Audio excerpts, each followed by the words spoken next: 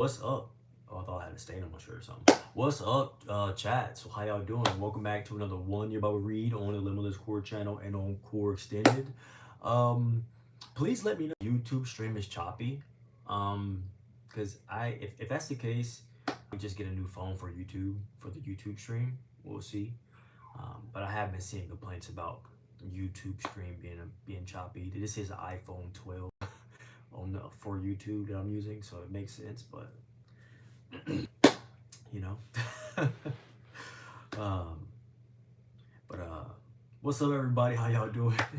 Welcome back to another One Year Bible Read, another One Year Bible stream on the channel. Nice to see you. Nice to meet you. Today is what's today? It's Sunday.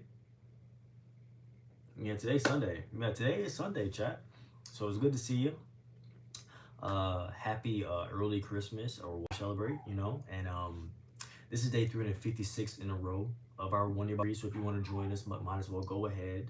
Hopefully the internet is better today, um, and you can actually hear clearly the read out loud. So appreciate your presence, and without further ado, let's get into day 356 in a row, coming from December 23rd. December 23, from Zechariah, chapter 4. Then the angel who had been talking with me returned and woke me, as though I had been asleep. "What do you see now?" he asked. I answered, "I see a solid gold lampstand with a bowl of oil on top of it.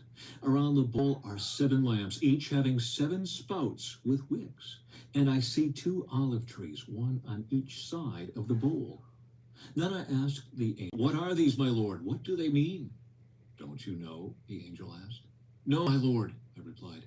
Then he said to me, "This is what the Lord says to Zerubbabel.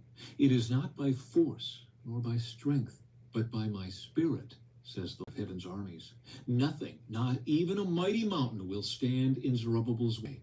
It will become a level plain before him. And when Zerubbabel sets the final stone of the temple in place, the people will shout, 'May God bless it! May God bless it!'" Then another message came to me from the Lord. Is it raining? "Zerubbabel is the one who laid the foundation of this temple. What's up? And he will complete it. Geronimo. Then you will know that the Lord of heaven's armies has sent me. Do not despise these small beginnings, for the Lord rejoices to see the work begin, to see the plumb line in Zerubbabel's hand. The 7 lamps represent the eyes of the Lord that search all around the world." Then I asked the angel, "What are these 2 olive trees on each side of the lampstand? And what are the 2 olive branches that pour out golden oil through 2 gold tubes?" "Don't you know?" he asked. "No, my lord," I replied. Then he said to me, "They represent the 2 heavenly beings who stand in the court of the Lord of all the earth." I looked up again and saw a scroll flying through the air. "What do you see?" the angel asked. "I see a flying scroll," I replied. "It appears to be about 30 feet long and 15 feet wide." Then he said to me, "This scroll contains the curse that is going out over the entire land. One side of the scroll says that those who steal will be banished from the land. The other side says that those who swear falsely will be banished from the land. And this is what the Lord of Heaven's army says: I am sending this curse into the house of every thief and into the house of everyone who swears falsely using my name. And my curse will remain in that house and completely destroy it, even its timbers and stones." A woman in a basket. Then the angel who was talking with me came forward and said, "Look up and see what's coming." "What is it?" I asked. He replied, "It is a bag for measuring grain, and it's filled with the sins of everyone throughout the land." Then the heavy lead cover was lifted off the basket, and there was a woman sitting inside it. The angel said, "The woman's name is Wickedness." And he pushed her back into the basket and closed the heavy lid again. Then I looked up and saw 2 women flying toward us, gliding on the wind. They had wings like a stork, and they picked up the basket and flew into the sky. "Where are they taking the basket?" I asked the angel. He replied, "To the land of Babylonia, where they will build a temple for the basket. And when the temple is ready, they will set the basket there on its pedestal." From Revelation, chapter 14. Then I saw the Lamb standing out Zion, And with him were 144,000 who had his name and his father's name written on their foreheads. And I heard a sound from heaven like the roar of mighty ocean waves, or the rolling of loud thunder.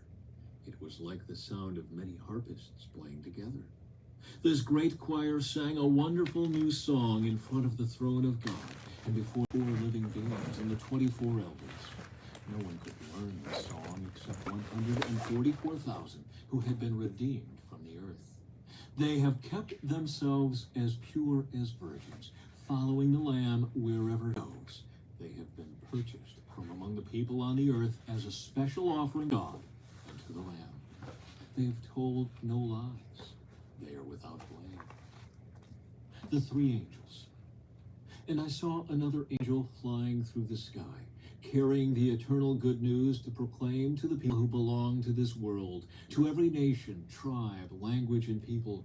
Fear God, he shouted. Give glory to him, for the time has come when he will sit judge. Worship him who made the heavens, the earth, the sea, all the springs of water.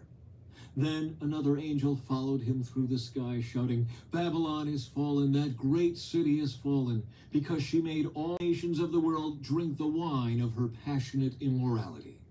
Then a third angel followed them, shouting, Anyone who worships the beast and his statue, or who accepts his mark on the forehead or on the hand, must drink the wine of God's anger. It has been poured full strength into God's cup of wrath, and they will be tormented with fire and burning sulfur in the presence of the holy angels and the Lamb. The smoke of their torment will rise forever and ever. They will have no relief day or night, for they have worshipped the beast and his statue, and have accepted the mark of his name. This means that God's holy people must endure persecution patiently, obeying his commands and maintaining their faith in Jesus. And I heard a voice from heaven saying, Write down. Blessed are those who die in the Lord from now on. Yes, says the Spirit, they are blessed indeed, for they will rest from their hard work, for their good deeds follow them. The harvest of the earth. Then I saw a white cloud, and seated on the cloud was someone like the Son of Man. He had a gold crown on his head, and a sharp sickle in his hand. Then another angel came from the temple and shouted to the one sitting on the cloud, Swing the sickle, for the time of harvest has come. The crop on earth is ripe. So the one sitting on the cloud swung his sickle over the earth, and the whole earth was harvested. After that, another angel came from the temple in heaven, and he also had a sharp sickle. Then another angel, who had power to destroy with fire, came from the altar. He shouted to the angel with the sharp sickle, Swing your sickle now to gather the clusters of grapes from the vines of the earth, for they are ripe for judgment. So the angel swung his sickle over the earth and loaded the grapes into the great winepress of God's wrath. The grapes were trampled in the winepress outside the city, and blood flowed from the winepress in a stream about 180 miles long, and as high as a horse's bridle. Psalm 142. I cry out to the Lord. I plead for the Lord's mercy. I pour out my complaints before him and tell him all my troubles. When I am overwhelmed, you alone know the way I should turn. Wherever I go, my enemies have set traps for me. I look for someone to come and help me, but no one gives me a passing thought. No one will help me. No one cares a bit what happens to me. Then I pray to you, O Lord. I say, you are my place of refuge. You are all I really want in life. Hear my cry, for I am very low. Rescue me from my persecutors, for they are too strong. Bring me out of prison so I can thank you. The godly will crowd around me, for you are good to me. From Proverbs, there are 3 things that make the earth tremble. No fool cannot endure. A slave who becomes a king. An overbearing fool who prospers. A bitter woman who finally gets a husband. A servant girl who supplants her mistress. December 25th. I can't find my pencil. What's up, Chad? How y'all doing? Nice to see everybody in the chat. How you doing? Sorry, I was looking for my pencil. I was trying to write some notes down from the day's word, but for some reason I cannot find my pencil. So I do not know why. This is my travel tech IT bag. So, you know, I use my pencil, my notebooks, my Bible and stuff here. Alright, I guess I didn't bring my pencil. Well, I can't, there's no point having this out then. I don't bring my pencil up here.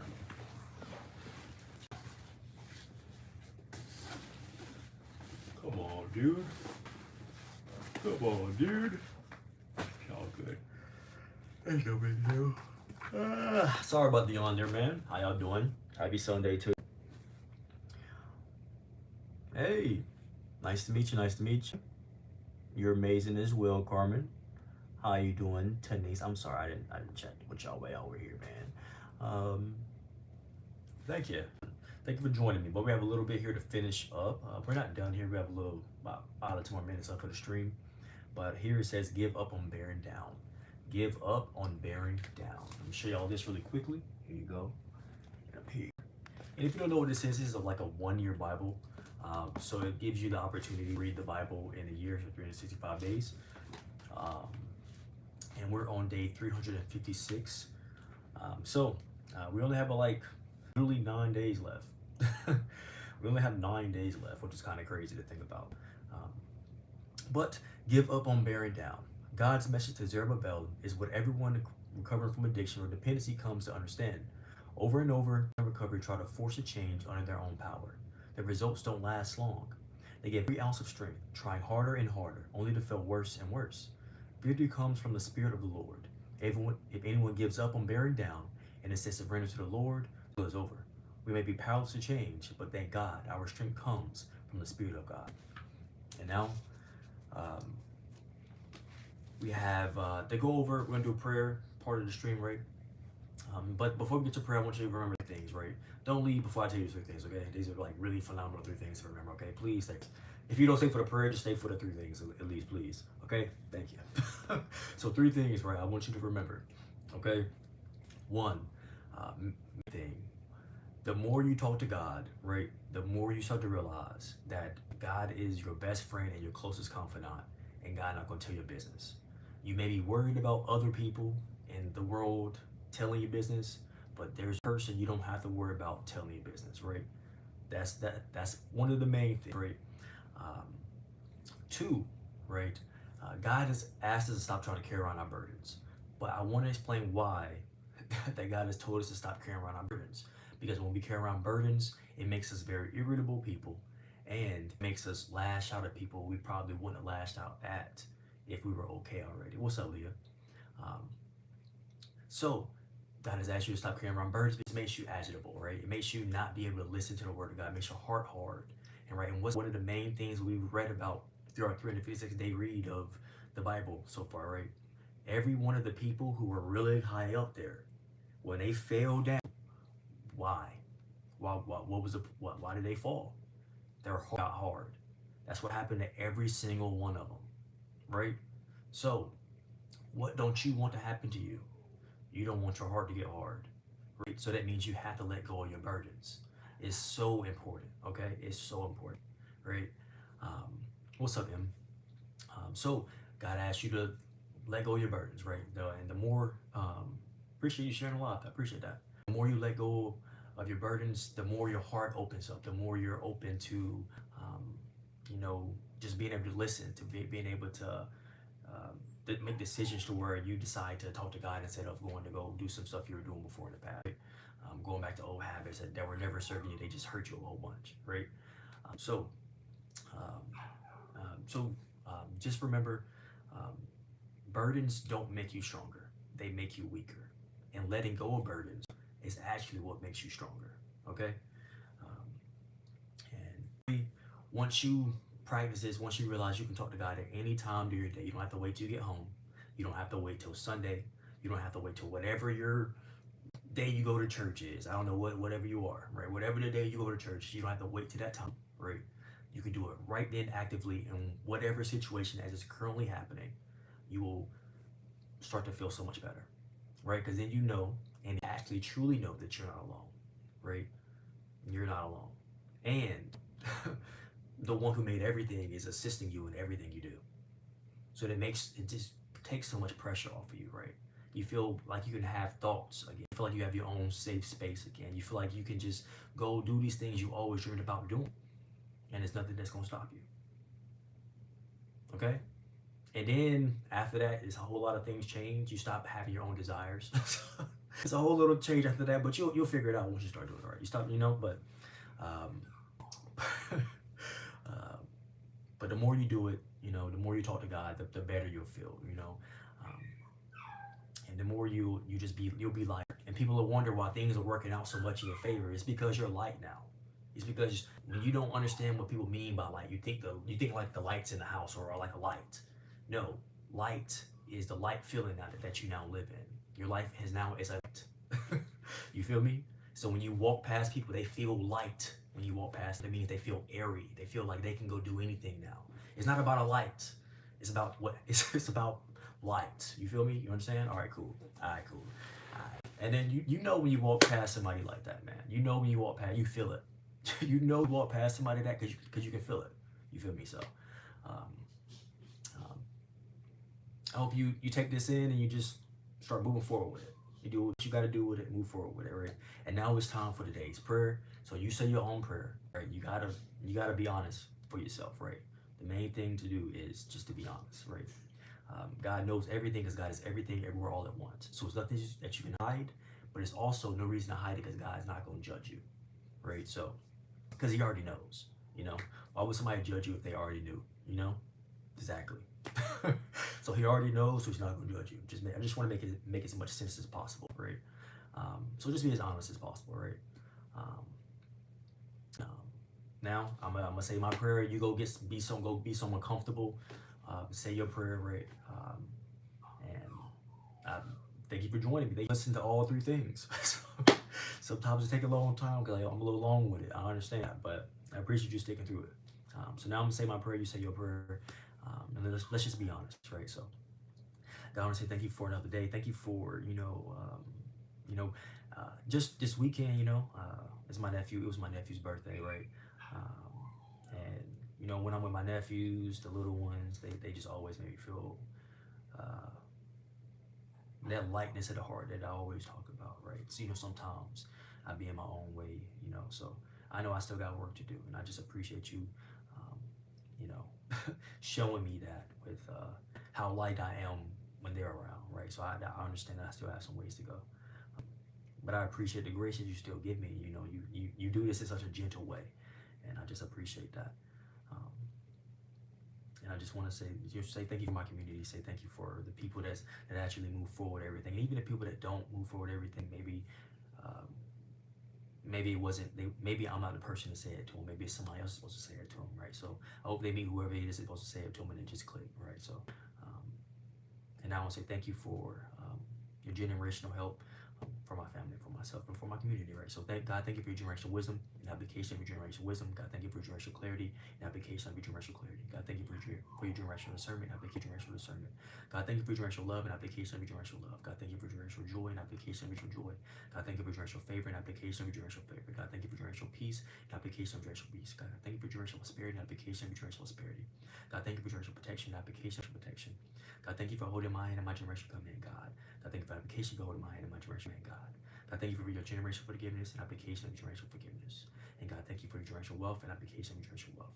God, last but not least, God, last but least, God, thank you for your generational kingdom and application of your generational kingdom. In Jesus' name, amen and amen. Thank you.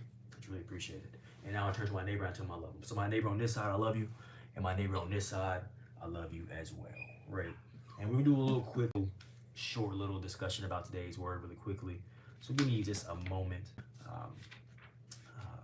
And it's just something I just want to call out because it came up as as the word was going, and I know I needed to write it down. That's why I tried to pull my notebook out, but I didn't have my pencil in my bag, so um, but As I was reading today, I was like, this thought came across my mind, right? And it was, gosh, dang it, gosh, it seems like God's kind of throwing a tantrum. But then I thought, I didn't think, but there was some clarification that came through in my mind, and it was like, no, you're reading this from the mindset of a child who's rebellious. So the way I was linked to the word, how I was reading the word from my state was not from God's state. So I had to reset myself. So what came through was settle yourself, settle yourself, um, set yourself back into God, right? So, um, from the standpoint I was currently in when I first started reading was that of a rebellious child, but I got corrected through listening to the Word, pretty much. Um, and then, God just told me to resettle myself back into, like to God, pretty much, I guess, right? I don't really know how else to put that. Um, and so once I resettled myself and left that space that was not going to lead me to the answers that I'm looking for, I was able to have so much more clarity through the rest of the read, right? So, what I want to call out here is when you're in a situation and you're not settled in the right kind of space, right? So, this I'm saying that to pray actively in your real life, right? When you're having these conversations, it doesn't really, you don't have to like get down on your knees, in the store or whatever and do all that, right? But um, when you talk more often, um, it's it's more so like when we talk about Abraham. Abraham was considered like a friend of God, right? And what you want to be considered is like a friend of God as well, right? So you want to be able to have a conversation with God and not be scared and so fearful when you have a certain level of respect, a certain level of fear of kind of like respect, right? Um, but it's because you respect that he's going to give you some good information back, right? He's not going to lead you down the wrong path. But that's really more what it is than anything, that you respect God and fear God enough that he's not going to say something to you that's something bad for you to be doing, right? He's going to say something good. That's the kind of mindset you want to be in. So um, I just want to call out to just, if you are sitting in a very fearful and the wrong kind of fear of God, right? Um, then you're settled in the wrong environment. So you're not going to be able to trust God that God is going to come through for you, right? So if you're settled in a wrong environment, just like if you're settled in a state, like if you were I'm in Florida right now, well, maybe you're in the state of Texas, right? But you're settled in Texas, but there's a whole bunch of nonsense going on, and you're settled in Texas, and now you're a part of all that nonsense, right? Now you need to move. You need to move yourself and settle yourself back into a new, um, back into God, pretty much, right? So if you're settled in the wrong kind of energy right now, right, and you're not sitting with God and you're not godly energy, um, then you're gonna interpret it the wrong way. You're gonna have arguments that happen that shouldn't have happened. You're gonna have a lot of disputes that happen that shouldn't happen, right? And you know this if you've been riled up or agitated or things like that, right? When you've been in the wrong kind of states, right? When you've been in those kind of places, you know this kind of stuff, right? Um, so if you're settled in a wrong place, you need to readjust yourself. That's on nobody but you, right? Um, so that's kind of just I don't really know how. I wish I was able to write that down, man. I wish I had my pencil so I could have wrote that down. It probably would have came out clear. Probably would have came out a little clearer, but um, it's just if you're settled in the wrong kind of energy, you'll cause things that shouldn't happen, bro. You'll start fights that shouldn't have happened. You'll get in arguments with people that you probably wouldn't have got into. I'm not trying to take this too far or go too deep with this. I just want to keep it as simple as possible. So, just a simple thing for you to practice, for you to do, um, um, is to talk to God, right?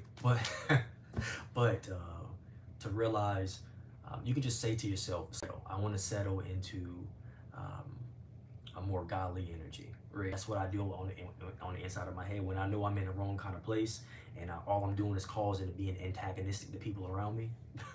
I catch myself and I'm like, okay, I need to settle into something else. I'm not in the right space. I'm just going to do stuff that is not good for anybody around me. So let's recalibrate myself, right? Um, and let's settle something else. And that's what the word was calling out today, right?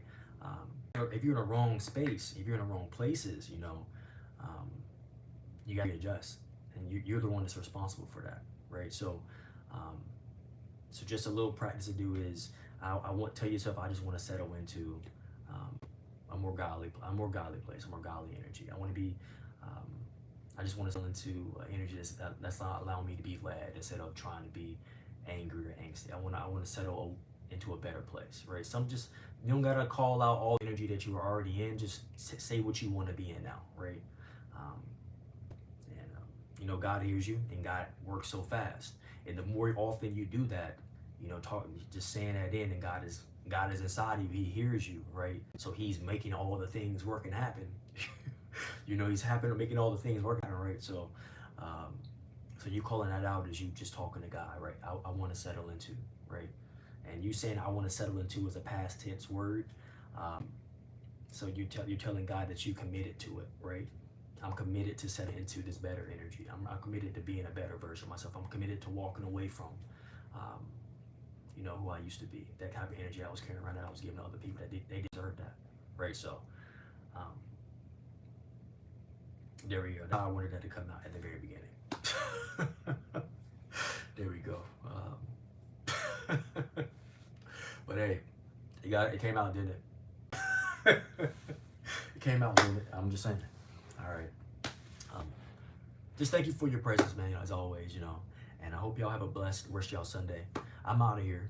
I can't wait to see you tomorrow on day 357 on the Bubba Reed. We out of here. Y'all have a beautiful rest of y'all day. And it's time for the best outro on the internet. With that limitless core, baby, I appreciate you. I might even love you, but I'm for sure glad you woke up today. Thank you for joining me for a little 1 year Bible on the Limitless Core channel and on Core Extended.